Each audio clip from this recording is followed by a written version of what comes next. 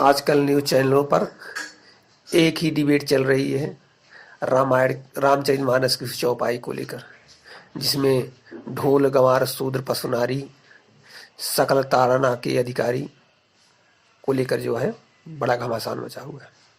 और इस डिबेट में जितने भी इस चौपाई के समर्थक हैं,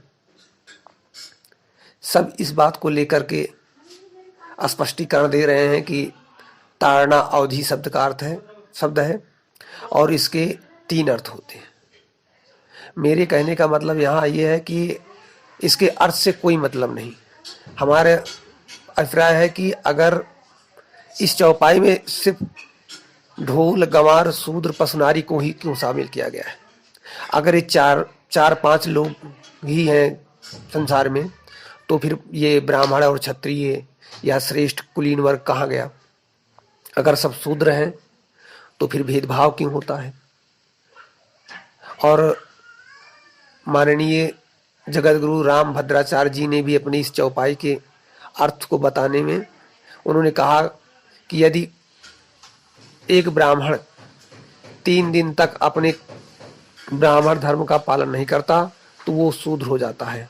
अर्थात उनके कहने का मतलब ये है कि इस चौपाई में ब्राह्मण नहीं आता। तो ये टीवी एंकर वाले भी जो है ये साबित करने में लगे हुए हैं कि ये जो चौपाई है ये पूरी तरह से सही है। हो सकता है कि उस टाइम पर सही रही हो, लेकिन आज के परिप्रेक्ष्य में ये पूरी तरह से अप्रासंगिक है और इसे जो है जबरदस्ती थोपा ना जाए और इस पर चर्चा की जाए, वो भी सिर्फ राजनीतिक व्यक्तियों के मध्य नहीं, इसमें जो है आम आदमियों की भी राय ली जाए।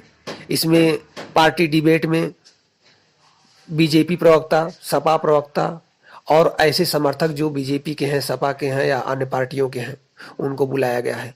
लोगों की राय ली जाए कितना सत्य है।